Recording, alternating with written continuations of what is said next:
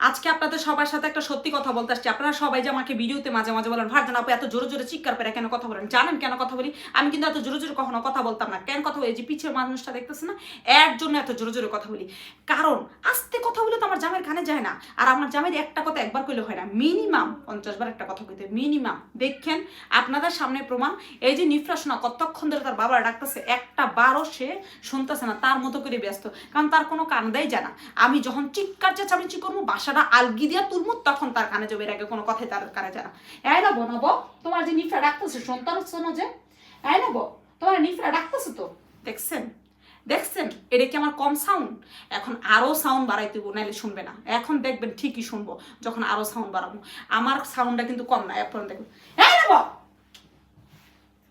তোমার মেয়ে কখন থেকে ডাকতেছে, কখন থেকে মেয়ে তোমার বাথরুম থেকে বসে বসে ডাকতেছে, বাবা আসো বাবা আসো, যাও, কখন থেকে ডাকতেছে।